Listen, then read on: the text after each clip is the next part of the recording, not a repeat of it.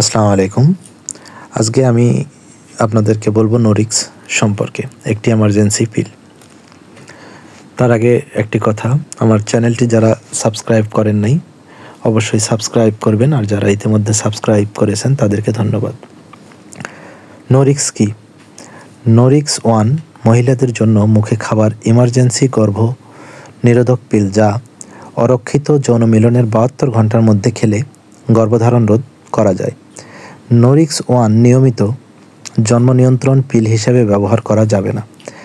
প্রতিটি নোরিক্স 1 পিলে সক্রিয় উপাদান হিসাবে রয়েছে লিভোরেস্টন 1.5 মিলিগ্রাম। প্রতিটি নোরিক্স এক প্যাকেটে একটি সাদা পিল আছে।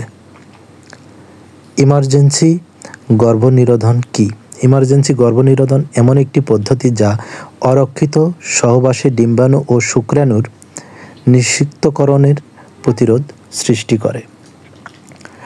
নোরিক্স 1 কখন সেবন করবেন? অরক্ষিত সহবাসের পর যত তাড়াতাড়ি সম্ভব এই গর্ভ নিরোধক ব্যবহার করতে হবে। সহবাসের 12 ঘন্টার মধ্যে খেলে সবচেয়ে ভালো, কিন্তু সর্বোচ্চ 72 ঘন্টার পরে নয়। নিম্নলিখিত কারণে ইমার্জেন্সি গর্ভ নিরোধক ব্যবহার করা বাঞ্ছনীয়।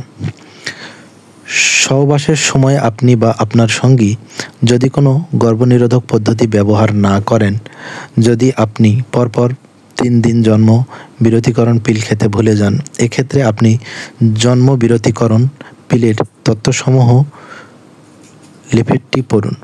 যদি সহবাসের সময় আপনার সঙ্গী কন্ডোম ব্যবহার না করে থাকেন অথবা কন্ডোম ফেটে গিয়ে থাকে, যদি আপনি মনে করেন যে আজল অকার্যকর হয়েছে এবং অনুসরণ করার সময়ে যদি সহবাস করে থাকেন। ধর্ষণজনিত ক্ষেত্রে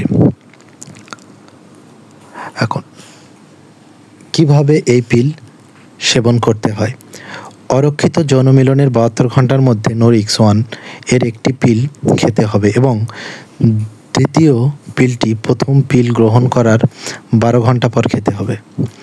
অরক্ষিত যৌন মিলনের 48 ঘন্টার মধ্যে নোরিক্স 1 পিল গ্রহণ করা শ্রেয় এবং কোনো ক্রমেই 72 ঘন্টার পর নয়, কারণ যৌন মিলনের 48 ঘন্টার পর নোরিক্স 1 ব্যবহার করলে এর কার্যকারিতা কমতে থাকে। মাসিক চক্রের যে কোনো সময় নোরিক্স 1 সেবন করা যেতে পারে। ইমার্জেন্সি জন্ম নিরোধক পিল সেবনের পর পরবর্তী মাসিক পর্যন্ত একটি সাময়িক জন্ম নিয়ন্ত্রণ পদ্ধতি যেমন কন্ডোম ব্যবহার করা বাঞ্ছনীয়। এর কিছু সাবধানতা রয়েছে। নোরিক্স 1 ব্যবহার কখন করবেন না? বিশেষ অবস্থায় নোরিক্স 1 ব্যবহারের বিশেষ সতর্কতা ও সাবধানতা অবলম্বন করা উচিত। নোরিক্স 1 নিয়মিত জন্মবিরতিকরণ কোনো পিল নয়। নোরিক্স 1 ব্যবহারে কারো কারো ক্ষেত্রে মাসিক স্রাব কাঙ্ক্ষিত সময়ে নাও হতে পারে। এটি স্বাভাবিক ব্যাপার। মাসিক স্রাব নির্ধারিত সময়ের আগে ও পরে হতে পারে। এই পিল খাওয়ার পর যদি নির্ধারিত সময়ে অস্বাভাবিক রক্তক্ষরণ হয় অথবা ঋতুস্রাব যদি 5 দিন পিছিয়ে যায়, তবে প্রেগন্যান্সি টেস্ট করে নিতে হবে। গর্ভকালীন সময়ে এটি সেবন করা যাবে না। ইমার্জেন্সি গর্ভনিরোধক যৌনবাহিত রোগ প্রতিরোধ করে না, সুতরাং যে ক্ষেত্রে যৌনবাহিত রোগ সংক্রমণের সম্ভাবনা বেশি সেক্ষেত্রে সাবধানতা অবলম্বন করতে হবে।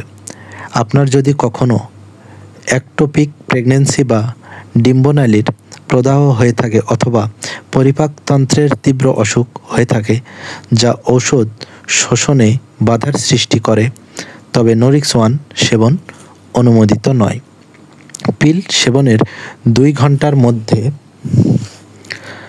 বমি হলে সঙ্গে সঙ্গে আরেকটি নোরিক্স 1 পিল সেবন করতে হবে। অন্যান্য ওষুধের সাথে পার্শ্ব প্রতিক্রিয়া সমূহ একই সঙ্গে খিঁচুনি রোধক ওষুধ যেমন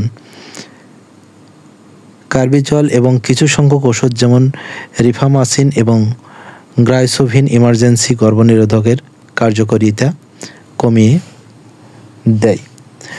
গর্ভাবস্থায় এই পিল অনুমোদিত নয়। যদিও গর্ভাবস্থায় এটি কোনো পরিবর্তন ঘটাতে পারে না, এই পিল খাওয়ার পরেও যদি গর্ভধারণ হয়ে থাকে তবে সমীক্ষা প্রমাণ করে যে প্রোস্টেরন ভ্রূণের গঠনে কোনো ক্ষতি বা বিরূপ প্রতিক্রিয়া ফেলে না। ধন্যবাদ।